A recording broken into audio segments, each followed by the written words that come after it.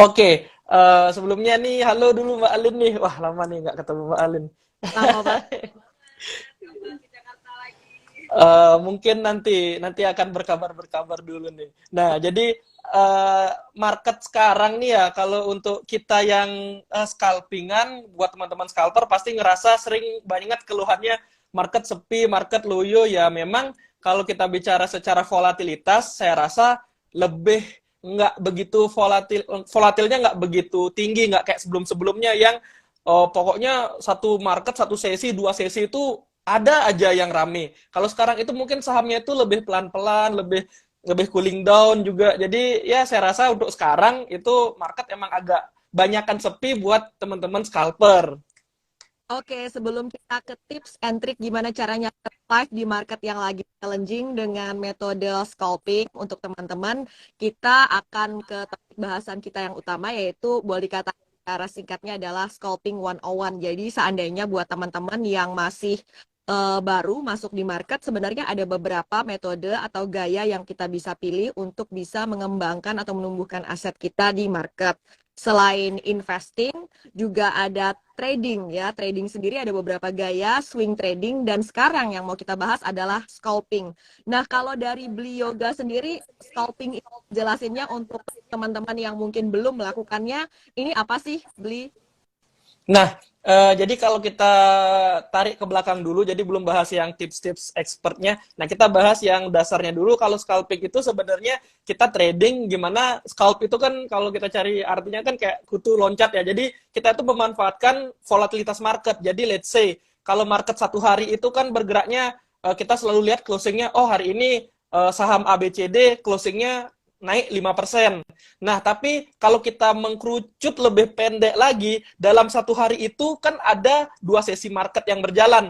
Di sana itu gejolak naik turunnya itu ada. Nah, kita teman-teman yang suka scalping itu memanfaatkan volatilitas itu. Makanya kenapa teman-teman kita yang scalper itu sangat bergantung banget sama suatu saham yang pergerakannya sedang volatil. Tapi kalau saham itu let's say sama-sama naik 5%, bahkan ada saham yang naiknya 10% satu hari itu. Tapi ternyata kita mengkerucut ngelihat time frame pendeknya, itu bergeraknya ya cuma pelan-pelan, pelan-pelan, pelan-pelan, akhir sesi baru naik 5% atau 10%. Nah, itu kita nggak bisa scalping di sana karena ya dia nggak ada volatilitas di sana. Jadi mungkin itu lebih ke main sabar, mungkin akan menjadi teknik trading yang lain. Tapi kalau kita bicara scalping, yang bukan cuma bilang, oh scalping itu jual beli, intinya hari ini kita nggak ada megang barang. Ya, tapi kalau kita bicara secara artinya sebenarnya, ya itu. Jadi kalau ada volatilitas, di mana ada volatilitas yang mana sahamnya tuh naik, turun, naik, turun, naik, turun,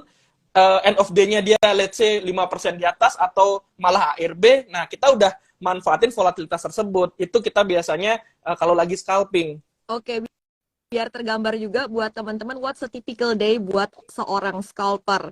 Misalnya contohnya nih, mulai dari awal market, kemudian akhirnya misalnya bisa masuk ke beberapa saham, itu seperti apa sih gambarannya nih, Beli Yoga boleh dikasih gambaran nggak? Oke, Sesingkat apa seperti itu, kalau seseorang yang Oke, kalau kita bicara orang yang scalping itu kayak gimana sih sehari-harinya dalam mantau market sampai eksekusi dan exit. Nah, jadi sudah jelas awal market buka itu kita mantau market, kita lihat sebelumnya kita udah riset kan ada saham apa hari ini yang mau IPO misalnya, atau dari global ada sentimen apa, let's say komoditi lagi manggung.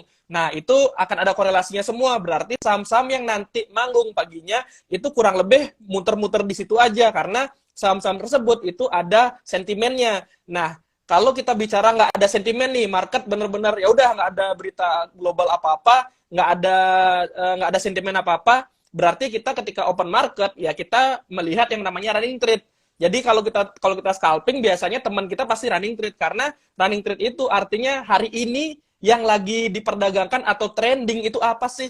Nah, jadi kita ngambil-ngambil dari sana. Misalnya let's say saham ABCD muncul di running trade. Kita lihat terus dia muncul lah. Kita lihat habis itu lihat gininya order booknya. Oh, gimana nih volatilitas di sini? Apakah menarik? Habis itu kita lihat trennya bagaimana. Walaupun kita scalping, kalau kalau cara scalping saya itu selalu nggak ngelawan tren. Misalnya saham itu walaupun down trend parah, itu saya kurang berani main di sana karena apa? Karena sekarang scalper itu sepi, lumayan sepi, banyakan yang nge-swing atau banyakan yang invest. Nah, jadinya otomatis kalau trennya jelek, orang-orang nggak minat gitu loh. Jadi saya lebih nyari kebanyakan orang-orang tuh minatnya di saham yang seperti apa. Pasti saham yang bagus, saham yang teknikalnya bagus. Jadi saya nimbrung di sana. Jadi kalau trennya saya lihat bagus, chartnya bagus, habis itu saya baru lihat dari volatilitasnya. Dilihatnya dari nanti order booknya seperti apa, orang HK-nya seperti apa, orang buang kirinya seperti apa. Kalau kita tahu sentimennya itu lebih bagus lagi, oh ini ternyata ada sentimen negatif. Nah, berarti kita hati-hati kalau ngehold-nya terlalu lama, karena bisa saja nanti dekat-dekat closing atau dekat-dekat sesi satu berakhir, dia tau-taunya malah diguyur gitu. Nah, itu banyak yang pertimbangannya seperti itu. Tapi kalau misalnya ngehold-nya, kita biasanya pendek, jadi beli sekarang, kalau memang hari langsung beli langsung naik kenceng ya kita jual gitu, karena akan selalu ada orang yang take profit pastinya gitu loh, karena kita bicara scalping ya pasti akan ada orang yang take profit, entah itu dia take profitnya tinggi atau take profitnya pendek, itu pasti ada yang take profit. Yang jadi masalah ketika ada yang take profit adalah kalau yang take profit itu yang dananya besar, nah itu udah biasanya sahamnya akan ambyar dulu gitu. Jadi itu sih banyak pertimbangannya untuk dari awal sampai kita nanti exit. Wah, langsung dapat ilmu banyak banget dari beli. Oh, dari ini bisa kita kembangkan dari beberapa pertanyaan lagi, tapi saya akan satu persatu dulu, mumpung teman udah ada yang nanya, biar nggak kelupaan ya. Nanti juga terbuk apa yang perlu dilihat. Kemudian ada yang nanya, dari Hadilo, kebanyakan sudah ketinggalan, sudah kebanyakan malah kena gugur. Kita bahas nih langsung. Jadi kita ke pertanyaan yang tadi sudah ditanyakan oleh KBR ya, dari Reni Dama dan sebelumnya terkait dengan screen. Artinya saham seperti apa yang cocok di tadi kata kunci yang disebutkan oleh Bli adalah volatilitas dan kemudian juga ada sentimen atau enggak. Kalau enggak berarti kalau saham seperti apa nih yang perlu di screening untuk jadi list kita saat trading untuk skor. Oke, kalau kita bicara bilang saham apa yang bisa di scalpingin, jawabannya sebenarnya apapun sahamnya itu pasti ada cara untuk scalpingnya. Nah, jadi poinnya udah dapat nih di sini. Jadi sebenarnya, let's say kalau saya biasanya trading di saham tadi ABCD itu favorit saya. Nah, ketika saya biasa trading sana, otomatis behavior atau pola dari saham itu saya udah hafal. Misalnya, oh dia biasanya ketika terbentuk seperti ini, dia akan begini, kemudian ciri-cirinya sahamnya itu lagi distribusi, dia akan berbentuk seperti ini. Makanya ketika saya bilang, oh polanya seperti ini, belum tentu nanti teman-teman akan ngeh juga. Ah, enggak tuh. Mungkin ternyata teman-teman dan saya itu melihatnya di menit yang berbeda. Karena di scalping itu, misalnya saya ngelihat sekarang, saya nge-follow up sekarang, saya mention sekarang, entah itu saya di story, segala macam, saya sebut sahamnya, teman-teman cek story saya itu 30 menit kemudian, itu udah berbeda, walaupun kita melihat saham yang sama. Jadi melihat saham yang sama pun, beda jam ngelihatnya itu udah beda yang akan terjadi, karena scalping itu inti dari segala intinya adalah tentang momentum. Momentumnya hilang, sebagus apa sahamnya, sejelek apa sahamnya, itu udah kita nggak bisa bicara apa lagi, karena yang ngebuat saham itu biasanya tiba-tiba kita scalping terus dapat cuan, itu kita masuk tepat di momentum yang tepat. Jadi ini nggak bicara mau kamu scalping saham blue chip, mau kamu scalping saham yang bahkan udah jelas-jelas BI bilang ini saham mau bangkrut. Itu bisa jadi arah. Itu gimana ngejelasinnya secara kita bilang ini nggak masuk akal, tapi ternyata market dan momentumnya ada di sana. Dan kalau kita bicara scalping, momentum itu terjadi ketika ada big money-nya. Big money ini bukan artinya kayak kita bicara broker luar, institusi, bukan. Big money kita itu cukup dengan ada orang yang bisa ngehajar atau orang yang ngeramein dengan satu kali HK, atau misalnya let's say saham itu di ARB, misalnya ARB 1 juta lot, 2 juta lot. Itu habis dalam waktu kurang dari semenit. Udah ada yang masuk besar banget. Dan market kita biasanya akan ngerespon, ini ada yang masuk besar, ada yang masuk besar. Nah, semuanya akan der, ya ujung-ujungnya naik gitu loh. Jadi, balik lagi, saham apa yang bisa di scalpingin, itu hampir semua saham bisa. Asal ada momentum. Contoh saham yang ada momentum apa? Saham IPO mungkin kemarin rame, terus gimana-gimana, itu kan momentumnya momentum IPO. Habis itu saham yang mungkin keseringan ARB. Padahal kita udah tahu, itu teman-teman pasti ngeh beberapa, ya bahkan kayak bulan-bulan lalu itu sahamnya udah turun terus, udah mau ke 50, tiba-tiba dimakan, naik arah, besoknya naik lagi. Nah itu yang main udah momentum. Tapi kalau sekarang kita entry, ya apa momentumnya nggak ada. Orang-orang nggak ngelihat itu sebagai peluang untuk mendapatkan volatilitasnya, gitu loh. Oke, kayaknya yang nontonin eh, IG live kita ini emang udah pada trading ya. Jadi pertanyaannya udah langsung praktikal-praktikal semuanya itu ya, teman-teman langsung kita jawab ya. Berarti yang terkait dengan momentum ini dari Asril Akbar nanya, apakah momentum ini sebuah kebetulan? Gitu aja pertanyaannya. Iya. Oke, apakah momentum ini sebuah kebetulan? Kalau kita to be honest bilang momentum ini yes kebetulan, tapi nggak bener-bener kayak wow hoki banget kita di sini, enggak. Akan ada suatu apa namanya, kalau kita lama di market kita pasti ngeh beberapa poin, misalnya let's say ini sahamnya udah banyak yang fear, udah banyak yang takut, ARB. Untuk beberapa orang yang fearless banget, yang dia kayaknya ada gua loss 1 miliar nggak apa-apa, dia akan ngebet di sana untuk, karena tahu orang-orang pasti nggak akan berani entry, dan kita itu berani entry ketika kayaknya udah banyak yang entry, aku entry deh.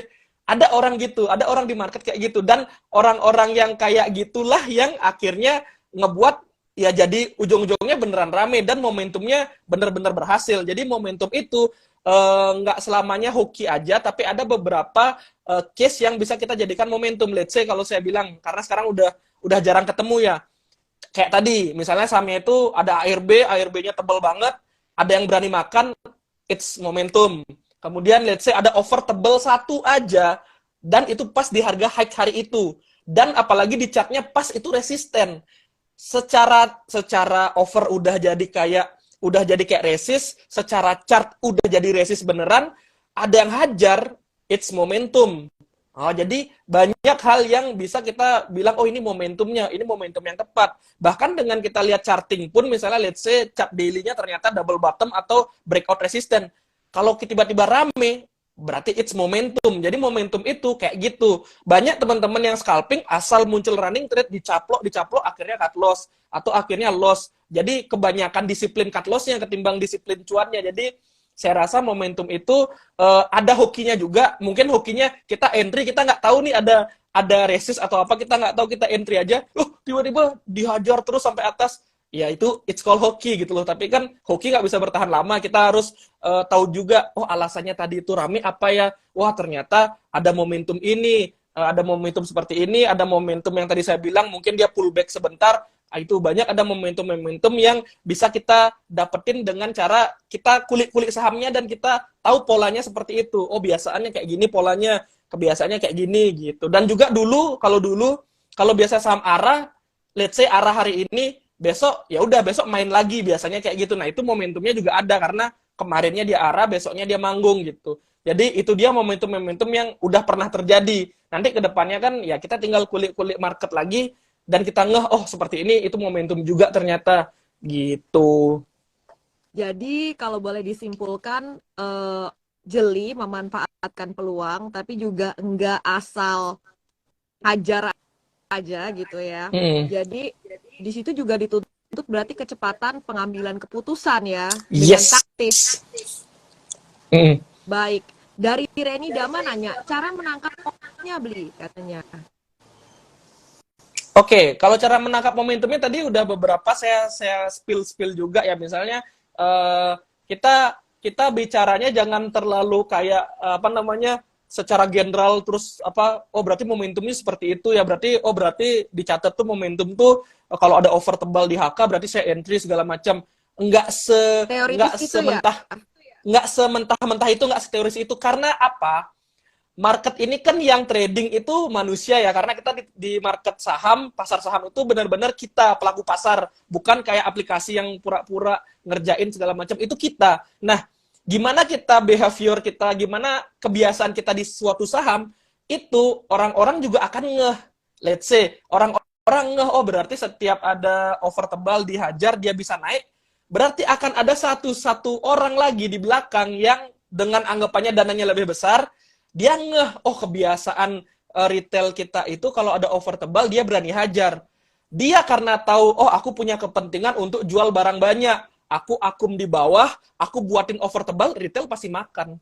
Jadi apa? Jadi yang sebelumnya teorinya itu berhasil, offer tebal dihajar naik, sekarang jadinya ada offer tebal kok nggak naik-naik ya. Ternyata yang membuat momentum udah jualan di momentum tersebut. Makanya jangan mentah-mentah, wah ini caranya nggak works. Bukan nggak works. Kita keseringan seperti itu di saham itu sehingga mungkin yang memang punya kendaraan di sana ya atau supirnya udah tahu behavior kita seperti itu, dia nggak mau rugi. Coba dulu gimana dulu behavior kita seperti apa? Saham IPO selalu ARA. Sekarang let's say nggak. Dulu behavior kita apa? Saham ARA itu besoknya bisa naik lagi, atau saham ARA itu dikunci bener-bener ketahan. Sekarang gimana? Enggak. Habis itu ARB biasanya banyak yang makan bisa naik lagi. Ya mungkin juga enggak. Jadi kita jangan berulang-ulang terus pakai cara yang sama, karena pasti ada yang loss juga, dan yang loss ini tuh dia belajar, oh aku nggak boleh gini lagi.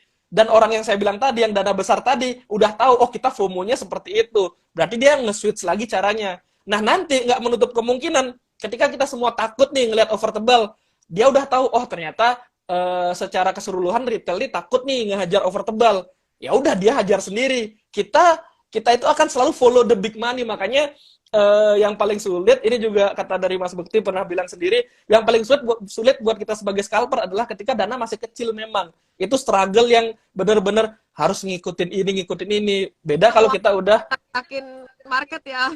Iya, iya, iya. Jadi emang ini adalah yang paling berat karena kita dituntut menjadi ikan teri yang ngikutin. Oh kemana nih pemain besarnya kemana nih gitu. Kita harus sefleksibel itu. Kalau kita kukuh dengan cara kita, ya pokoknya ini pasti naik. Udah nggak bisa deh kalau udah kata-katanya. Oh ini pasti naik. Udah berabe dah. Ada kepastian ya, jadi kita harus Yes. terus dinamis. Kalau dulu kita dengar, oh kalau begini tuh begini, kalau begini tuh begini. Market sudah berubah. Tadi juga beberapa yang mengikuti Instagram Live ini komen ya, mereka bilang market sudah berubah. Persis seperti yang dikatakan oleh Bli Yorga Arsana. Artinya kita nggak boleh kekeh sama pemikiran kita sendiri, harus lihat juga dinamika market kayak gimana. Nah, menarik banget tadi yang dibilang Beli juga, yang paling susah itu pada saat dana kita masih kecil, kita masih menjadi teri-teri lucu gitu kan, kita HK aja dengan seluruh uang kita, itu sahamnya nggak ngefek apa-apa ya. Nah, ada pertanyaan yang relevan. Oke, ini dari Syahrul.me bertanya, cara mengetahui kalau yang buang barang itu pemain besar gimana ya, Beli? Apakah emang kalau pemain besar buang barang itu langsung tergelepek itu sahamnya jadi ARB, atau ada cara lain untuk ngetahuin bahwa pemain besarnya itu tadi udah jualan, udah habis barang tuh Beli? Oke. Ini jawabannya mungkin saya akan langsung straight to the point. Kita nggak tahu. Kita nggak tahu. We never Kita know nggak ya. tahu. We Ya. never know. Nggak bisa. Beda cerita. Ketika dulu kode broker masih dibuka, itu kita gampang banget ngintilin mereka. Makanya mungkin ya wajar saja bursa ngeh banget.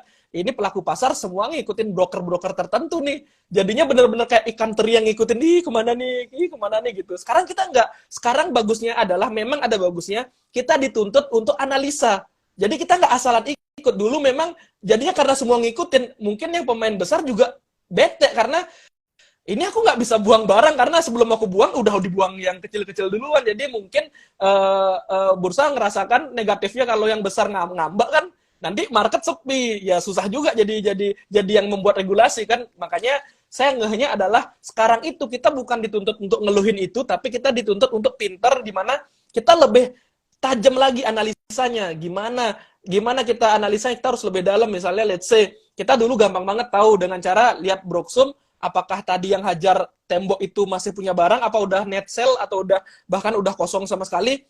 Nah, kita bisa lihat kan. Sekarang kan enggak, karena end of day baru ketahuan. Ya udah, kita dituntut untuk ngeh dengan cara, biasanya kalau saya pribadi caranya ngeh adalah, pokoknya kalau ciri-ciri udah habis muatan yang big playernya adalah ketika ada buangan besar, sahamnya nggak kemana-mana dan lama banget nggak kemana-mana, bahkan yang sebelumnya ada bit-bit tebal itu hilang, itu udah game over. Tapi ketika ada buang besar tapi tetap ketahan dan bisa naik-naiknya dilawannya kenceng juga, itu masih ada harapan. Nah, jadi makanya kan kalau yang pertama itu kalau udah buang barang tapi tiba-tiba sepi, tiba-tiba nggak ada pergerakan apa-apa, berarti dia udah bubar, dia udah exit. Tergantung nasib kita, apakah akan ada pause-pause lain yang masuk lagi, atau apakah akan ada retail FOMO yang masuk lagi, atau enggak. Kalau enggak ada, berarti partinya udah habis. Gitu. Dan biasanya kalau ciri-ciri mau party habis, itu udah ada sebelumnya itu kayak ketika sahamnya sepi, itu saya kan lihat chart ya, jadi volumenya itu mulai besar-besar. Ini kan berarti selama sideways tadi ada yang ngambil.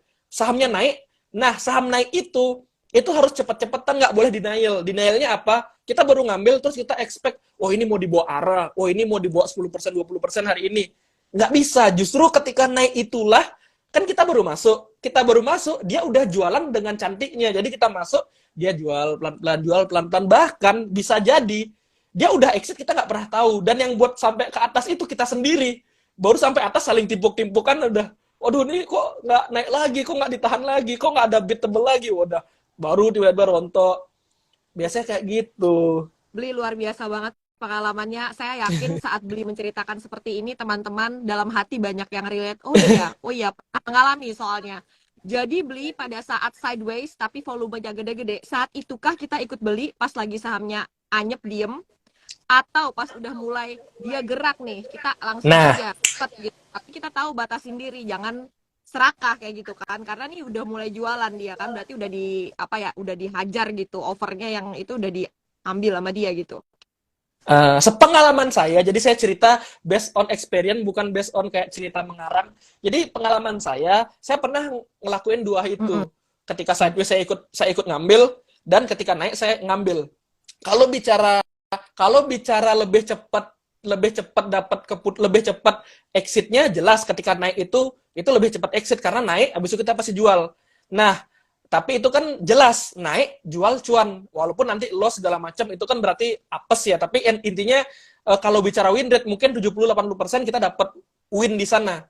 Nah, sideways pertanyaannya muncul, sampai kapan? Itu dia. Sabar Itu kah sementara dirinya stop ah tuh kan. Nah, itu dia. Itu pertanyaannya. Memang secara risk akan kecil banget. Kenapa kecil banget? Nggak liar. Mungkin kalau kita ada kesibukan lain, kita nggak kaget tiba-tiba volatil kayak gini.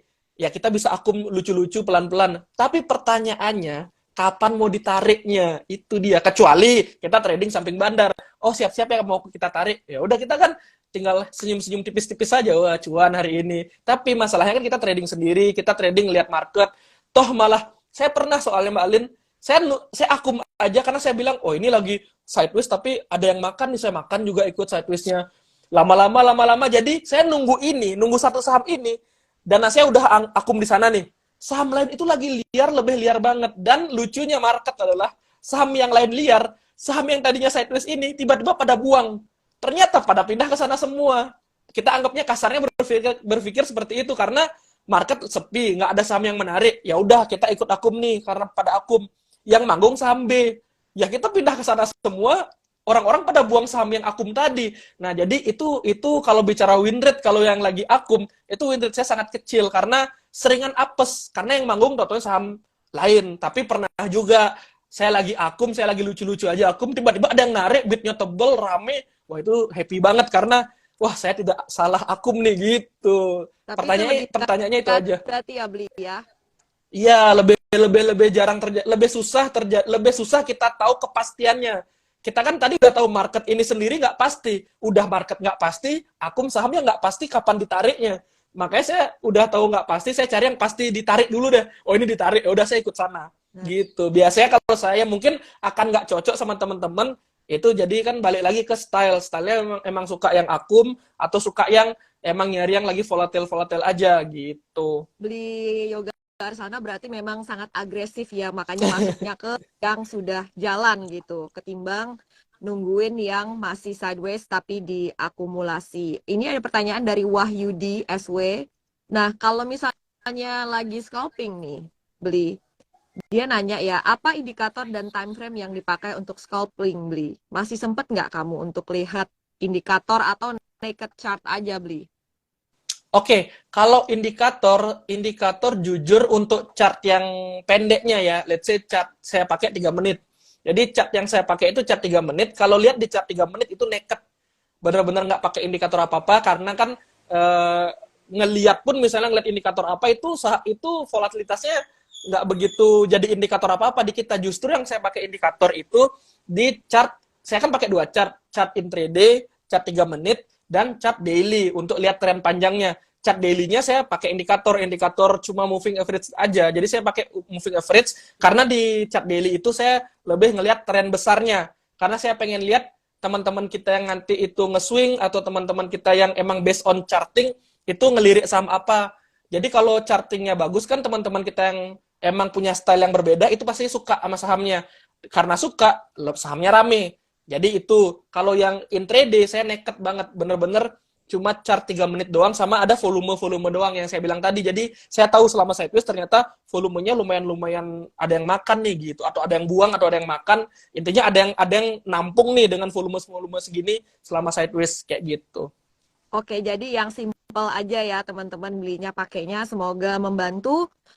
Kemudian tadi terkait dengan pertanyaan, nah ini salah satu tantangan juga mungkin teman-teman yang udah scalping tahu ya, pasti pernah merasakan ini.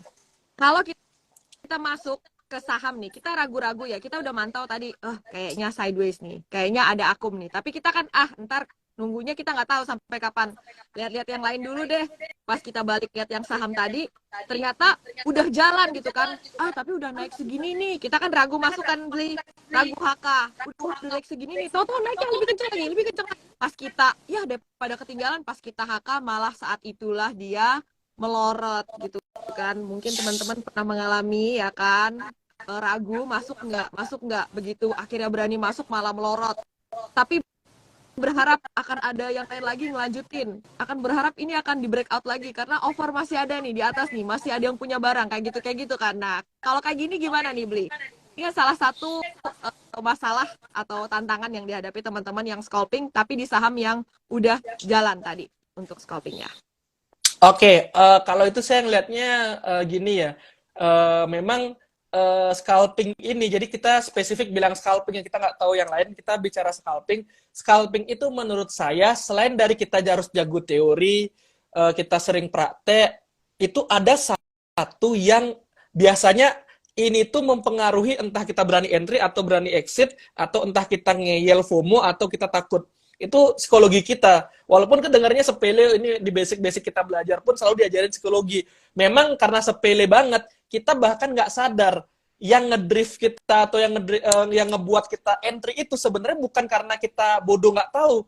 Takut, aduh ini kok nggak ngambil ya tadi ya ini. Jadi kita tuh langsung nge-callback yang tadi. Ini sahamnya udah aku pantau dari sideways. Ini naik. Aduh ketinggian nih, tunggu dulu, pasti koreksi, waduh makin tinggi, aduh gimana nih, pasti koreksi deh yang kedua, makin tinggi lagi, habis itu analisa kita udah nggak nyambung, hajar aja udah apapun yang terjadi, bener apapun yang terjadinya koreksi, habis itu berharap, rebound nih, beneran rebound, kan mau ditarik lagi sama bandarnya, totonya udah deket-deket harga kita average atas, diguyur sampai bawah, longsor, kita cut loss, pullback lagi, cut loss-nya dalam, pullback-nya beneran pullback, bahkan lewat harga beli kita yang awal. Nah, itu yang kena udah psikologi kita, karena kita trade-nya based on ketakutan kita nggak dapet, ketakutan kita ngerasa kayak, aduh tadi aku udah bener, harusnya aku stick to the plan, ngomongnya gitu, tapi ternyata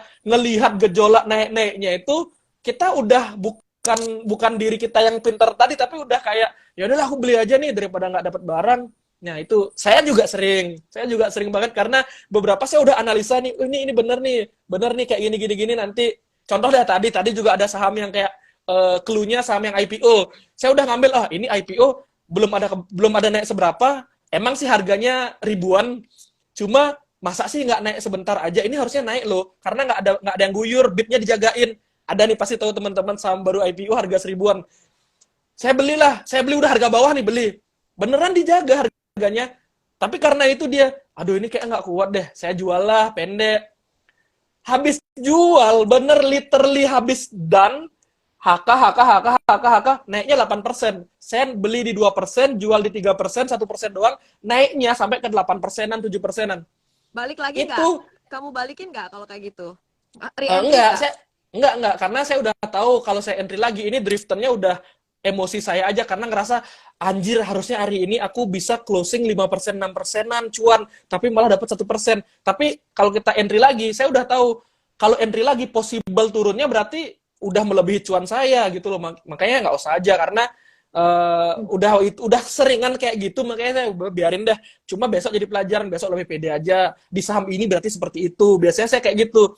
Oh, saham ini berarti biasanya seperti itu. Jangan buru-buru dulu, lihat dulu apalagi baru IPO dan lain-lain. Nah, jadi saya mungkin akan menambahkan banyak pertimbangan ke depannya. Oh, berarti market seperti ini. Jadi biasanya saya simpen aja untuk lebih berarti oh berani ditahan, berani ditahan, nggak buru-buru kayak tadi gitu. Itu saya ngalamin juga. Itu balik lagi ke kita aja deh. Kalau kita ambil, soalnya kita udah tahu kan kalau ambil pasti turun ya, ngapain diambil gitu. Wah, Gitu karena real life experience tuh memang seru banget kayak IG iya. level pasarnya emang seru banget karena ini bener-bener berdasarkan pengalaman-pengalaman trading yang kita semua juga ngalamin gitu. Iya.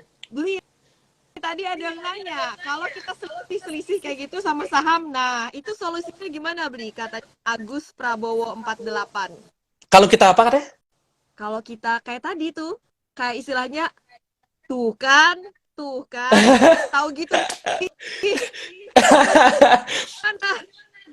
Nah, kalau kayak gitu solusinya sih kalau dari saya karena saya ngalamin saya nggak akan banyak penyesalannya, nggak akan banyak ngerasa kayak waduh tahu gitu aku tadi hold aja gitu. Nggak juga, saya nggak akan lakuin kayak gitu karena kalau saya makin kayak gitu itu pasti banget saya habis itu entry lagi. Either saya entry-nya di keatasan atau pokoknya kena akhirnya ngeyel aja. Jadinya saya banyakan ngeyelnya, makanya saya lebih baik berarti saya lebih pertajam aja. Ya udah kalau emang aku bisanya kayak gini aku pertajam lagi, tapi yang sekarang saya lakuin adalah lebih berani. Kalau masalah saya ya lebih berani ngehold. Kalau masalah entry itu saya dapat biasanya karena mungkin saya entry bisa dibilang ya pas, tapi yang saya nggak pas adalah exitnya. Either saya 1%, 2%, atau 1%, bahkan 0,% itu sahamnya naik. Saya yang kalau saya problem pribadi adalah ngeholdnya. Padahal entry-nya bener gitu loh, ngeholdnya. Dan kadang-kadang yang kebalik adalah ketika loss-nya, aduh ini nanti ditarik sih, ini rebound sih. Totonya anjir loss-nya 2%-an gitu. Makanya kalau saya pribadi yang saya benerin itu lebih ke saya ketika saya beli dan saya lihat ini udah bagus, saya udah stick to the plan aja, ini bagus udah. Gitu. Saya akan tambahin mungkin kalau dari saya uh, apa namanya ciri-ciri dia nggak mau naik lagi tuh apa ya? Itu yang saya tambahin. Gitu. Apa Jadi tuh kalau saya itu kan, lagi? nah itu dia masih saya pelajarin. Nanti ada sesi selanjutnya kalau udah sahamnya udah selesai, Bang. Iya, Dan gitu iya, ya. Ini ada yang komen Sony 911 jangan dipantengin bos lo. Kalau scalping nggak dipantengin abis keguyur ya. Jadi kita iya, bahasannya scalping ya, bukan swing. Kalau swing nggak mau iya, dipantengin nggak apa-apa. Kalau investing nggak mau dipantengin nggak apa-apa. Ini scalping masalahnya iya. ya. Jadi emang kan soalnya masuknya di saham-saham yang volatil. Kalau naik itu naiknya bikin mupeng. Kalau lagi turun bikin ngeri. Beli ada yang nanya, ini saya rasa ini juga dialami lah oleh scalper semuanya nih. Dari Herute nanyanya, seringnya beli sedikit naik, beli banyak turun, habis dijual malah naik terus. Gimana solusinya? Ini Iya. klasik Ini langsung. nih. Iya, ini langsung kayak menyambungin yang tadi di awal kita bilang itu dana kecil itu memang jeleknya kita masih ngikutin. Dana besar kita bisa gerakin. Nah, the problem dengan dana besar adalah karena walaupun saya nggak besar-besar banget dananya, jadi let's say dana besar yang saya anggap adalah saya punya dana sekian untuk masuk sekian ribu lot, tapi ternyata volumenya nggak ada sekian. Jadi mungkin ketika saya hajar all in, saya harus makan 3 sampai 4 papan. Berarti kan anggapannya udah dana besar di saham itu. Jadi gini deh. Jadi satu papan itu bisa 10 juta. Kita punya dana 100 juta. Berarti untuk makan all in, kita harus makan sampai 10 papan. Atau kalau kita makan satu papan, itu akan jadi bid yang tebal nanti. Karena kita makan itu sampai berarti berapa ribu lot ya. Berarti let's say sampai 10 ribu lot. 50.000 lot. Pokoknya kita makannya besar banget. Sementara available-nya cuma 1.000. Jadi kan kita menjadi dana besarnya. Nah, the problem is ketika kita pakai dana besar, itu lebih banyak susahnya sebenarnya. Lebih banyak susahnya. Susahnya yang pertama, memikirkan exit-nya kayak gimana. Kita mungkin bicara enak, dana kecil jeleknya memang ngikutin. Enaknya, beli kanan, buang kiri, beres. Satu papan, selesai. Problem solve. Dana besar, let's say kita bisa bilang kita ngerain, berarti kita punya barang yang itu banyak banget. Kita nggak akan bisa jual satu papan doang. Jual satu papan, habis kita diguyur semuanya. Habis kita harus jadi, habislah kita, susah lah buangnya. Makanya perlahan dicicil, dan juga berarti average sell-nya nggak akan bisa kayak kita yang dana kecil. Let's say kita beli 100, jual di 120, udah jadi average buy 100, average sell 120. Kalau kita dana besar, average buy 100, average sell belum tentu 120, bisa 119, sekian, bisa 115, sekian, karena harus jualnya pelan-pelan. Kalau nggak bisa naikin harganya, makanya susah juga sebenarnya, harus banyak experience untuk dana kecil dulu. Makanya orang mungkin bilang, waduh aku pakai dana besar aja sekalian mainnya, biar aku bisa langsung gerakin market. Ya sampean bisa gerakin, nggak bisa jaga, buangnya ujung-ujungnya sama kayak yang pakai dana kecil gitu. Jadi kan berabe juga. Nah itu juga menjawab tadi, kenapa ketika kita dana besar kadang-kadang susah banget buat dapetin cuan, karena mungkin kita beli, oh sahamnya tiba-tiba diguyur, atau kita tiba-tiba HK langsung ada yang guyur. Nah itu karena itu dia masalahnya. Masalah kita adalah kita dana besarnya. Kita kalau dana besar tapi dana besarnya nanggung tuh gimana? 100 juta itu nanggung menurut saya, karena dibilang besar nggak begitu, dibilang kecil juga enggak. Jadi dia nanggung. Dana besar itu yang emang sekalian udah 9 digit. Itu udah besar. Dia udah bisa jaga bid, udah bisa HK, aman. Dana 100 bisa HK-nya doang. Bid-nya nggak ada. Nggak bisa jagain. Itu dia PR-nya. Karena nggak bisa jagain, possible untuk loss-nya itu lebih besar. Karena kalau dia HK terus naik, good for you. Kalau dia HK, terus ternyata di sana itu udah ada yang lebih besar ini waduh ini siapa? Satu papan dimakan sendiri, nggak jelas. Berarti dia mikir, kalau si orang ini bisa makan besar kayak gitu, nanti dia pasti akan rebutan barang, rebutan exit, rebutan untuk jual ke retailnya. Ya otomatis karena ngelihat kayak gitu kan pada buang juga. Yang mungkin sebelumnya niatnya mau ngangkat, dilihat ada yang makannya nanggung-nanggung tapi besar juga, dia akan di-cut aja itu biar dia exit, biar dia buang, biar dia pergi dulu. Biasanya seperti itu kalau kita bicara ekstrimnya. Walaupun beberapa kasus ketika saya pakai dana besar itu ada yang enaknya ketika sahamnya masih sepi atau volume udah ada tapi masih sepi, kayak belum ada ciri-ciri tanda kutip dibandarin. Itu kalau kita pakai dana 100 itu masih enak. Enaknya adalah orang-orang mikir kita bandar. Udah bandar masuk, tau-taunya rame tiba-tiba. Ternyata gara-gara kita doang yang HK gitu. Itu enaknya kayak gitu. Tapi apesnya lebih banyak. Tadi bisa HK, nggak bisa exit. Ketika kita jual di over pun jadi masalah. Kenapa jadi masalah? Let's say kita beli barang di kanan, satu papan 10.000, kita hajar 10.000 lot dengan dana kita juga. Itu udah all in 100 juta misalnya. Berarti kan kita makan satu papan full ya. Kemudian ketika kita pengen jual jemur over, itu kan sebelumnya udah ada juga pasti 10.000 lot. Kita ikut jemur, itu akan jadi 20.000 lot over. Orang ngelihat, waduh ini ada yang tiba-tiba ngejemur 10.000 lot juga, itu akan ada domino efeknya. Mungkin pada ngejemur juga, atau lebih ekstrimnya ada yang takut dan buang di bawah. Karena, aduh ini ada yang mau exit nih, orang besar nih, dia buang ke bawah. Nah itu sering banget saya alamin juga ketika nggak sengaja ngejemur over. Itu lebih banyak masalahnya pakai dana besar ketimbang dana kecil. Tapi secara cuan lebih dikit gitu. Itu dia ya. Jadi kalau misalnya kita dananya kecil, itu kita lebih mikirin gimana cara belinya gitu kan. Gimana kita Iya, cara belinya tuh pas gitu, harganya nggak iya. terlalu tinggi kayak gitu. Nggak FOMO Hmm, segala macam, atau FOMO-nya pun penuh perhitungan dalam artian presisi gitu ya. Kalau hmm. udah uangnya gede, itu kita mikirin gimana cara jualnya. Beda mindsetnya, tapi sama-sama ini psikologis yang menentukan kayak gitu. So it's not only about the money ya, we have the money, belum tentu kita Yes. punya yang nggak beli. Ya, bahkan menurut saya, kalau pakai uang besar baru belajar, belum ada experience, itu habisnya lebih cepat daripada yang dana kecil. lebih cepat karena buang-buang uang di market itu nggak kerasa. Ceret, oh hari ini cut loss 1 juta. Ceret, oh 2 juta ya. Jadi end of day, oh cut loss 10 juta. Udah nggak apa-apa, masih ada hari esok. Main, cut loss lagi. Karena udahlah nggak apa-apa, aku disiplin cut loss kata orang-orang. Kedisiplinan, uangnya disiplin habis gitu loh. Banyak juga, makanya kan itu hati-hati juga gitu. Iya, disiplin cut loss bukan berarti kita jadi nggak hati-hati juga entry-nya kayak gitu ya.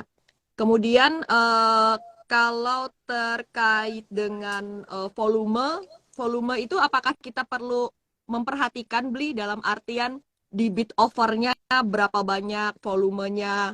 Kalau saya pribadi, kalau saya scalping, saya takut loh kalau masuk ke saham-saham yang tipis banget dalam artian di bawah 1.000 lot.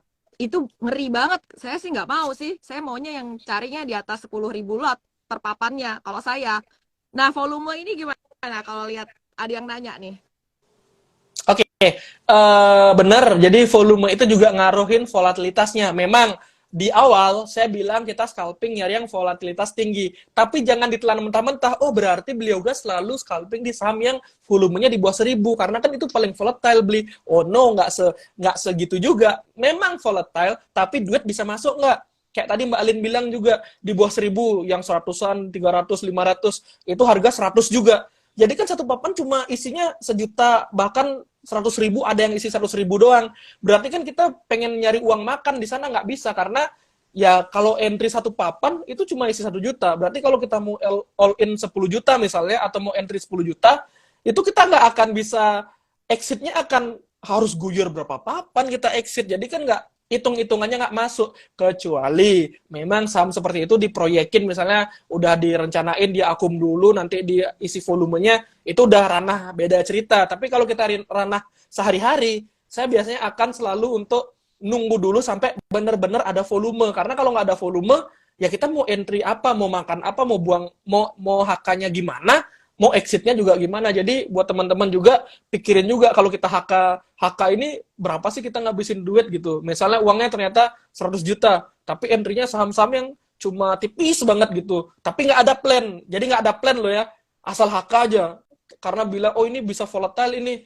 Contohnya nggak bisa exit. Itu kan berabe juga. Jadi volume benar-benar dipikirkan. Kayak kata Mbak Alin, bagus tadi dia udah punya rules yang dimana nggak entry kalau di bawah 1.000 deh gitu. Karena takut yang 10 ribuan baru berani. Ya nggak apa-apa, itu rulesnya. Dan secara manajemen money-nya juga jadinya lebih bagus karena kita tahu uang kita tuh nanti kalau di sini nggak bisa exit, oh kalau di sini lebih liquid kayak gitu. Itu sih yang harus diperhatiin kalau ngelihat volume.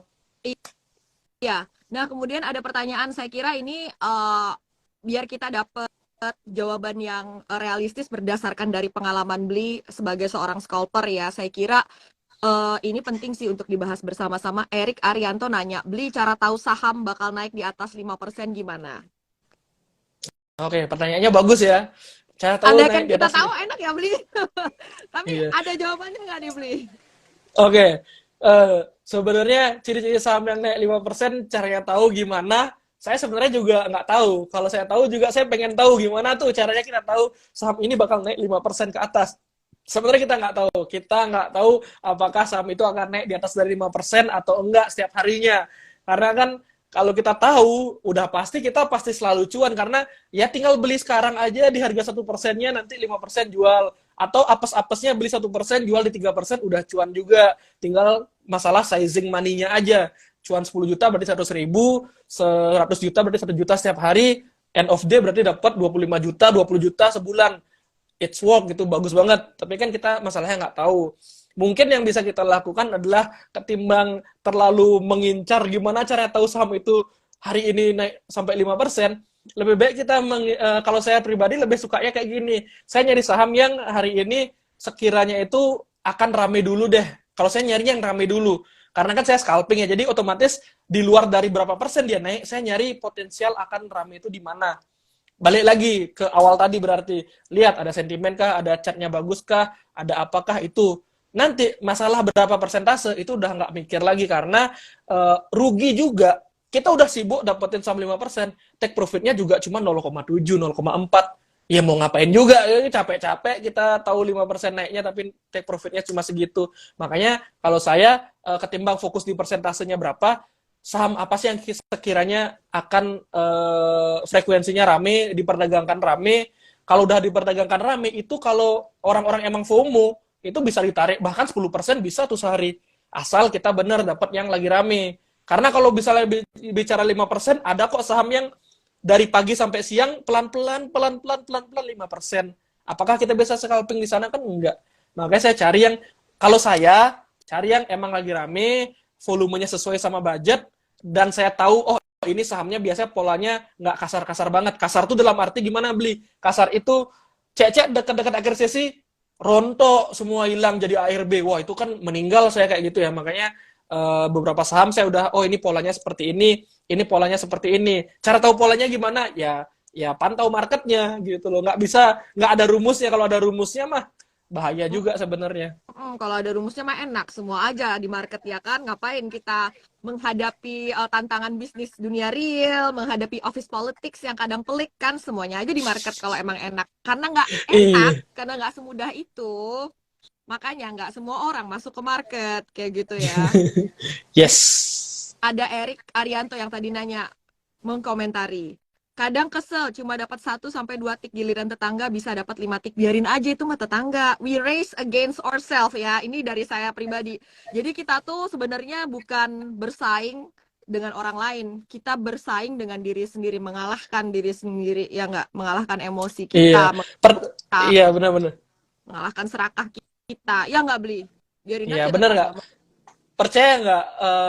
Kadang yang ngerusak style, ngerusak kita tuh jadi nggak profit, kita tuh jadi nggak seneng itu bukan karena satu tik dua tik kita, bukan karena profit kita yang kecil, tapi karena udah muncul iri hati itu.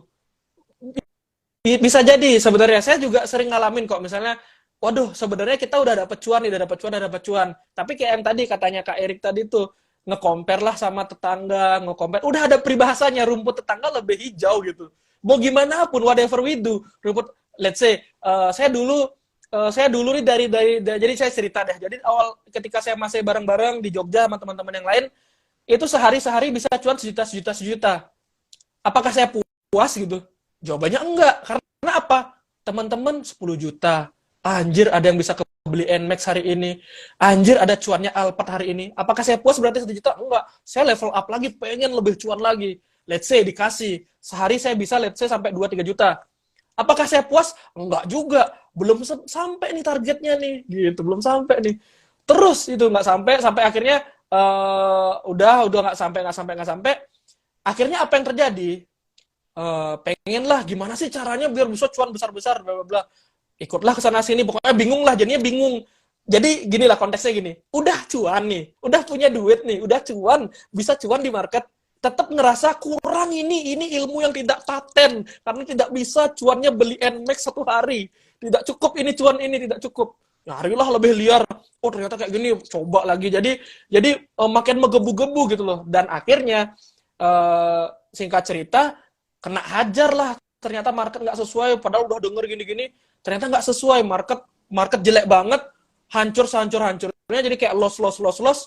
Nah, ketika loss itu, dapetin cuan yang balik kayak 1 juta itu udah susah banget, apalagi sekarang untuk 1 hari bisa mantau market seharian, itu udah capek banget, bahkan hari ini dapat let's say 500.000, 100.000, aduh udah deh. Berarti ketika saya ngeliat ke belakang tadi, dulu itu, anjir, dulu aku sama Tuhan dikasih 1 juta sehari, ngerasa hidupku ini nggak cocok nih, 1 juta nih jelek banget, yang lain-lain bisa cuannya besar-besar. Berarti kuncinya sebenarnya apa? Kita itu kadang-kadang nggak tahu nih batasnya kita tuh sebenarnya ini udah bagus loh, yok gitu loh. Jadi kalau saya ngeh itu dulu itu udah bagus loh, kamu udah bisa loh konsisten loh, ini loh konsisten, tapi malah nge-compare ya, karena mungkin kita kan bicara namanya kalau orang yang nggak bersyukur akan ya udahlah kamu nggak dikasih apa-apa. Ya saya nggak bersyukur dulu karena ini kurang, masih harus gini. Memang ambisius itu bagus, memang kita kayak menggebu-gebu itu bagus, tapi harus ingat juga dong, ini nih disyukuri juga, ini kerjaanmu udah kerjaan tergampang di dunia, karena effortless dalam tanda kutip, bukan kerjaan yang 7 to 5, bukan, kerjaanmu cuma 1 hour udah segitu, kayak nggak disyukuri lagi. Makanya sekarang saya lebih ke ya udahlah, maafkan saya yang dulu, jadi saya lebih udahlah jangan diulang lagi, mungkin lebih wise lagi. Apapun, saya percaya satu hal, apapun yang orang share segala macam, apalagi udah isi menyenggol, coba dilihat pasti ada sesuatu. Udah. Orang yang bener-bener kaya, bener-bener anggap aja dari trading itu bisa sukses banget. Mas Bekti, Kojon, mana nyenggol orang? Enggak. Mana flexing? Enggak. Mana perlu ngedeklar bahwa gue jago banget anjir, hari ini gue gini? Enggak. Karena apa? Mereka nggak kaget dengan cuan ini, enggak. Mereka nggak ada perlu jualan. Mereka nggak ada perlu, let's say kita jujur aja, mereka perlu jualan kelas, mereka perlu jualan member, mereka nggak perlu orang ngeklik link ini itu, udah. Mereka live their life dan happy udah sama teman-temannya. Udah, kalau kita, jujur saya juga, saya pasti ada kepentingan juga, oh saya buka kelas nih, hai hari ini cuan nih anak-anak kelasku, gitu kan. Semua orang punya tujuannya di medsos, makanya saya selalu bilang di medsos itu, janganlah diambil ke hati, cukup oh udahlah nih orang lagi marketingan ya udahlah gitu aja, nggak usah sampai nge-compare sama style kita rubah, kita jadi targetnya terlalu bermimpi kayak oh bisa nih hari ini kayak gini, janganlah. Jadi lebih ke gimana cara kita biar lebih bijak, lebih wise menanggapi ya, karena nggak akan hilang. Jadi saya pun pasti akan juga melakukan hal yang sama. Misalnya saya bisa profit besar pasti saya share juga di sosmed karena ada tujuannya juga. Saya juga punya tujuan, saya juga emang itu tujuan part of the promotion, ya udah gitu loh. Makanya ya janganlah terlalu mengcompare sampai kita kehilangan jati diri, kehilangan arah. Aduh aku nggak tahu nih mau kayak gimana. Yang dulunya harusnya udah bisa cuan konsisten, malah jadinya hilang karena tiba-tiba nggak jelas arahnya, style yang nggak tahu jadinya apa, cara analisa udah bingung juga karena dirasa nggak cukup, udahlah. Kayak gitu. Jadi saya sedikit cerita lah tadi jadinya. Saya itu penting banget sih ceritanya Bli. Jadi kan kadang di market itu ya kita tuh kurang sabar berproses dan berprogres kan. Kita ngelihatin pencapaian orang lain, kita nggak tahu prosesnya kayak gimana orang itu dan apakah yang ditampilkan itu secara objektif bisa merepresentasikan kinerja portofolionya dia dalam kerangka waktu yang lebih panjang. Itu kan kita nggak tahu ya sebenarnya ya kan Bli. Cuma kadang-kadang jadinya kita tuh karena melihat orang-orang lain perform lebih baik daripada kita, kita ingin segera buru-buru menemukan formula mutakhir apa yang benar-benar jarak profit konsisten dalam waktu singkat kan kayak gitu Bli. Akhirnya berguru ke sini, berguru ke sana, berguru ke sini, tapi kita tidak mau berproses, akhirnya jadinya blaming orang lain kayak gitu loh. Ya nggak Yes. sih? Iya. Jadi itu dia. Jadi orang tuh memang saya juga sama ketika pengen, pasti kita selalu pengen dong, oh kita pengen lebih lagi, pengen kayak siapapun yang kita lihat, oh ini lebih hebat, kita pengen kayak gitu, oh ini lebih hebat, kita pengen kayak gitu. Tapi yang kita lupa adalah ujung-ujungnya itu balik ke kita juga. Kita mampu nggak untuk di level itu? Caranya tahu kita mampu di level itu gimana? Apakah kita sudah berproses dengan baik kah? Apakah kita sudah tahu kesalahan kita sebelumnya di mana? Gimana caranya kita udah mempraktekkan apa belum? Kalau misalnya udah mempraktekkan, apa yang kurang dari kita gitu loh. Mungkin bicara scalping ya, teori kita udah tahu banget, oh bid over kayak gini. Psikologi kita udah tahu banget. Nah, ternyata ada satu yang kita kurang, yaitu tetap di intuisi, karena scalping kan intuisi ya. Jadi intuisi nggak main, kurang diasah lebih tajam. Diasah lebih tajamnya gimana? Ini nggak bisa dibayar dari kelas manapun. Ini bener-bener berapa banyak waktu yang kita spend di sana. Sama kayak kita ngapa-ngapain, misalnya teman-teman sering misalnya jago main bola, kita mungkin bisa bilang teori tenang bola pakai kaki bagian luar ya, teorinya seperti itu. Nanti prakteknya kita nggak akan bisa seperti teman-teman yang ternyata dari kecil sudah sering main bola, dia udah jago banget gitu. Kita nggak akan bisa bandingin kita yang baru belajar, udah ikut kelas kemana-mana, udah ikut kursus kemana-mana, tapi kita nggak bisa seperti mereka udah dari dulu. Kan, makanya balik lagi jam terbang juga itu nggak bisa dibayar dengan, mungkin kayak game kita bisa bayar ya, oh kita bayar waktunya deh biar cepat kita gininya. Tapi kalau di real life jam terbang itulah waktu kita dikorbankan di sana, nggak bisa ditukar pakai uang, tapi waktu kita untuk ngelihat market setiap hari kayak gimana, oh pola market seperti ini, oh ketika market crash COVID ternyata kayak gini, ketika market rebound kayak gini, ketika market kata recession kayak gini, segala macam, ada kebijakan gini market seperti ini, itu nggak bisa kita bayar, kita nggak ngerasain experience-nya, kita nggak tahu gimana orang-orang saat itu berpikir. Kalau kita bicara COVID, orang-orang sekarang bilang apa? Oh ketika market COVID kemarin IHSG 3000, kenapa kita nggak beli aja? Pasti cuan. Ya sampean lihatnya pas market udah bullish. Coba dong di point of view orang yang ngerasain asetnya minus 50%, minus gila-gilaan. Itu fear-nya nggak minta ampun loh gitu loh. Dan mungkin buat beberapa orang dia nggak punya experience crash sama sekali, dia akan takut. Saya pun takut waktu itu. Jujur aja ketika di market saya belum pernah ngerasain namanya crash. Ngelihat crash ternyata nggak segampang omongan orang. Walaupun saya udah ikut belajar dulu itu tahu ketika crash itu opportunity terbesar. Teori saya udah masuk tuh. Oke, crash itu adalah melahirkan orang kaya baru. Tapi ketika terjadi crash ternyata wajar aja orang kaya barunya dikit. Ternyata banyak yang takut. Saya juga takut. Jam terbang nggak ada. Mungkin nanti ketika terjadi next crash segala macam, ya kita lebih siap lagi karena saya udah pernah ngerasain, aku udah experience di sana. Experience itu nggak bisa dibayar, itu harus dirasakan, tapi mungkin ilmunya bisa kita dapetin. Kemarin udah dapat ilmunya dikit-dikit, makanya saya sempat juga sih masuk beberapa saham yang akhirnya juga bisa cuan gitu. Jadi saham-saham tambang saya sempat masuk dulu-dulu itu.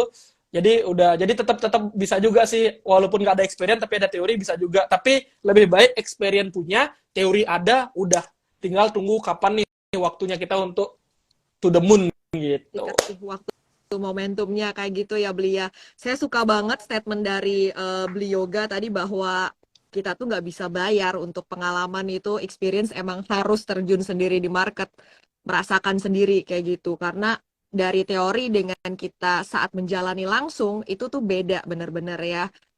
Ini sebelum menutup saya akan bacain beberapa komen teman-teman. Dari Henny Chris bilang, sama Bu, sampai aku berhenti scalping dulu dan fokus pekerjaan utama dulu, baru mulai lagi dengan strategi yang lebih baik dan disiplin. Memang kondisi market sekarang ini benar-benar menantang banget ya. Jadi nggak rugi aja itu kalau kalian scalping tuh hebat. Nggak rugi aja udah hebat. Ya. Bener. It's hard gitu. Oke, Beli, buat pertanyaan terakhir. Aku lihat ini sekalian juga buat pembelajaran dan edukasi buat teman-teman. Aku lihat edukator-edukator yang fokus di scalping banyak yang mengingatkan kayak hati-hati transaksi di saham-saham yang kalau bahasanya Beli saham-saham yang kasar kayak gitu kan. Tarikannya nggak inget-inget, guyurannya nggak inget-inget. Itu kan kita meskipun tahu teorinya, itu rusak kan, meluluh lantakan apa yang kita tahu, meluluh lantakan keberanian. Ketakutan kita tuh dibikin sangat takut kayak gitu. Kemudian kita dibikin sangat euforia. Saya kira ini tuh benar-benar kurang sehat kayak gitu sebagai seorang pemain pasar kalau kita kayak gini gitu. Aku mau minta pendapat dari Beli dong. Kalau aku bilangnya itu saham laknat Beli. I don't want to trade in those stocks. It's not good for me. Iya, ya kalau pendapat saya kalau ketemu saham-saham yang seperti itu sih yang pertama memang agak mengecewakan. Mengecewakannya kenapa? Karena yang pertama itu udah jelas mencoreng nama. Misalnya kita bilang kita trading, itu udah mencoreng nama karena kok bisa ada saham yang seperti itu? Ini saham loh yang dimana pemerintah sendiri itu bursa segala macam. Buat orang biar berani, ayo kita berani di bursa efek, di saham gitu, ayo pasar modal. Tapi di prakteknya ketemu saham kayak gitu kan mungkin beberapa orang yang udah kayak kita nih Mbak Alin, kita udah pernah trading, kita tahu risikonya, kita mungkin akan sebatas kesel doang dan memblacklist saham itu di list pribadi doang. Tapi beberapa orang yang mungkin nggak ngelihat saham itu, nggak pernah trading segala macam, mungkin belinya karena kena anggapannya ajakan gitu kan, tiba-tiba dia kena kayak gitu kan pasti dia akan ngecapnya, wah semua saham kayak gini nih. Padahal enggak juga karena ini mungkin aja kamu apesnya itulah langsung apes dapat sahamnya kayak gitu loh. Nah, kalau saya sih pribadi jujur nggak suka dan mungkin kalau saya loss saya bilang saya nggak suka. Tapi kalau saya dapat cuan saya bilang oh ini saham yang paling bagus nih. Karena kita bisa exit dan tadi dibilang itu naiknya udah kenceng banget kita cuan. Urusan loss kan kita bicara pasar modal kan ini zero sum game ya. Jadi akan ada aja yang harus ada yang loss gitu, harus ada yang beli barang kita di harga berapapun ya udah. Kalau kita pengen cuan berarti harus ada yang berani beli di atas. Kalau kita loss berarti kita buang barang di bawah, ada yang bisa beli di bawah. Jadi kan sebenarnya kita nggak bisa ya maksa biar semua orang bisa cuan gitu. Itu sangat susah kecuali kita cuan tapi kita tutup mata, yang loss tuh kita bayarin aja udah. Yuk kita cuan, satu grup cuan. Ya udah itu akan menjadi kita pasti bilangnya saham itu seru kok, enak, gampang, bisa cuan. Tapi kita menutup mata sama orang-orang yang loss dan mungkin jadi tanda kutipnya kita buang barangnya ke mereka gitu. Kita kan jadi emang nggak dipungkiri lagi, nggak bisa gimana ya saya bilang ya. Kita nggak bisa ngebilang kalau saham itu tuh berarti kasar dan jelek. Emang jelek kalau kita loss. Tapi kan saya nggak trading di sana. Saya gini caranya. Udah tahu jelek, udah tahu kasar, saya udah nggak trading sana. Walaupun opportunity-nya gede banget, tapi kan kita nggak tahu kapan dia exit-nya. Karena exit-nya dia itu yang langsung air terjun, air terjun. Makanya ketika misalnya saya pun lagi trading misalnya bareng-bareng gitu sama teman-teman grup segala macam, ketika mereka pengen entry saya udah wanti-wanti hati-hati. Saya bilang gitu aja, kalau kamu bisa cuan bagus. Jangan sampai kamu nggak bisa, udah saya bilang hati-hati, kamu nggak bisa cuan, kamu kena guyur, terus nyalahin. Itu kan goblok namanya. Kita udah tahu itu buruk, dipaksain, kayak pengen, aku bisa beat every market, yaitu bullshit sih. Itu nggak mungkin kayak gitu. Nggak mungkin bisa beat every stock juga. Kalau kita udah tahu nggak bagus, ya udah nggak usah diapa-apain, nggak usah entry, agar lebih mengurangi untuk kita nanti ngehujat sana sini, kesel ke sana sini, apalagi kita tahu, aduh ternyata yang di belakang ini si ini gitu. Padahal dia pun mungkin harus nggak mau harus exit. Nggak mungkin dong dia nyimpen barang terus karena udah tahu misalnya sahamnya ternyata nggak bagus. Memang dia memang ingin mendapatkan cuan doang. Dia kan pasti harus mendapatkan cuan. Apesnya mungkin yang cuan, yang loss kita gitu. Makanya kita kesel. Jadi saya jujur kalau saya kasih kesimpulan, kalau udah tahu sahamnya kayak gitu, mungkin dari pengalaman misalnya saya udah pernah kena loss sana kasar, besok saya nggak maksa lagi, saya udah skip agar nggak nambah kesel gitu loh. Iya. Masih banyak saham-saham yang liar tapi bagus ketimbang liar tapi langsung ambles gitu. Makanya saya skip aja biar nggak nambah dendam. Baik nih, saya boleh minta closing statement-nya untuk para scalper nih yang newbie maupun yang masih belum menemukan pola atau belum profit konsisten. Oke, mungkin agak sedikit panjang ya saya nyampeinnya. Jadi buat teman-teman yang pemula maupun yang mungkin lebih jago daripada saya, kita tahu sendiri market kondisinya nggak bagus, berarti ya udahlah kita jangan terlalu maksa juga. Tapi mungkin kalau ada opportunity, ada momentum bagus ya, mungkin ya udahlah kita sikat aja bareng-bareng. Karena kan kalau ada momentum nggak ada yang berani juga, ya kita nggak trading dong gitu loh. Jadi kalaupun ada momentum ya kita gas aja bareng-bareng. Pasti kelihatan kok itu kalau pada rame-rame sana, oh ini pada berani, ya udahlah kita berani aja karena memang market kondisi seperti ini kita ngikutin aja. Dan juga buat teman-teman yang pemula ya jangan terlalu mengejar win rate, jangan terlalu mengejar win rate, bukan ya, jangan terlalu mengejar gimana cara biar profit konsisten beli ya, itu udah agak susah ya karena emang nggak bisa konsisten. Karena yang bisa konsisten tuh cuma konsisten biar kita nggak off di market aja, biar kita nggak kapok di market aja. Gimana pun naik turunnya itu kita harus bisa lewatin. Karena saya rasa teman-teman atau orang-orang yang udah berhasil dari trading, dari kita bilang trading aja ya, bukan ada ML lain, dari trading aja, itu mereka spend time itu 10 tahunan lebih untuk mereka bisa sampai di titik sekarang. Bukan kayak kita, mungkin kita baru 2 tahun 3 tahun, kita masih kurang 7 tahun 8 tahun nih teman-teman untuk di level mereka. Ibaratnya main game, kita baru level 10, mereka udah legend nih, level 99. Yang mereka korbankan adalah waktunya untuk mereka belajar, entah belajar secara mungkin belajar dengan orang atau belajar dengan market itu sendiri. Jadi jangan pernah ngerasa kayak, waduh aku rugi nih. Di market berapa lama?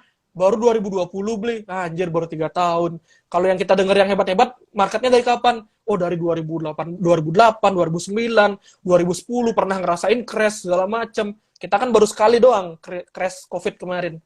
Jadi masih panjang lah perjalanan kita, jangan putus asa. Dan juga kalau dirasa tadi tuh ada yang nggak cocok scalping, switch style aja atau cari income lainnya. Jadi jangan terlalu paksa satu source income, akhirnya nggak punya income yang lain, akhirnya susah dan akhirnya bilang ini gara-gara aku scalping nih. Oh jangan gitu dong. Gitu, saya pun ada beberapa source income kan biar scalpingnya nggak jalan, oke yang lainnya jalan gitu. Itu sih untuk teman-teman yang pemula. Tapi kalau udah expert ya udah beda cerita gitu. Hadilo 797, yang cuan konsisten cuma market maker, benar nggak sih? Belum tentu. Market Belum maker tentu. itu juga bisa loss, tapi Iya. mereka sekalinya cuan lebih gede daripada Iya. lossnya. Lossnya, mereka tahu kapan mereka harus mengakui bahwa ini memang harus cut loss dan emang harus loss. Mereka menerima realita dan ya udah jual meskipun itu di bawah harga mereka beli, ya. Jadi Kalau jangan kita kebalik, market maker selalu cuan. Enggak, mereka tahu kapan mereka harus take that losses. But kalau kita kebalikan Mbak Alin, ya, kita 5 kali cuan, 1 kali loss, hilang semua cuannya. nah itu kalau udah experience cuannya tuh apa lossnya tuh sedikit menurut kategori mereka, banyak banget menurut kita. Lagi mereka tahu kapan gas dan kapan rem, istilahnya kayak gitu lah. Ya silakan aja dipantau sosmednya para big player kayak gitu kan. Mereka nggak maksain trading. Kalau kita yang Iya. merasa masih perlu experience tadi ya menambah jam terbang, istilahnya membersamai market dalam suka dan duka. Karena kita butuh jam terbang tadi ya, kata Beli bilang, ini nggak bisa ditukar dengan uang berapapun, ya nggak apa-apa, stay in the market, tapi batasin resiko. Tadi udah dikasih tahu Beli juga. Oke, thank you semuanya teman-teman kbrprime.id. Terima kasih Beli Yoga Arsana, ilmunya super daging. Ini ilmu yang emang didapat dari market berdasarkan pengalaman trading ya, nggak sekedar ngomong aja. Bener-bener aku tadi tiap kali Beli ngomong relate banget, relate, bener relate. Thank you Bli, thank you so much. Itu ilmu yang mahal yang mungkin dibayar Bli dengan entah ribuan jam di market, entah uang cut loss berapa banyak sehingga bisa dibagikan di sini. Thank you Bli sekali lagi, sukses ya dan sehat selalu untuk Iya. teman-teman semuanya. Jangan lupa pantengin terus IG Live kita, bye.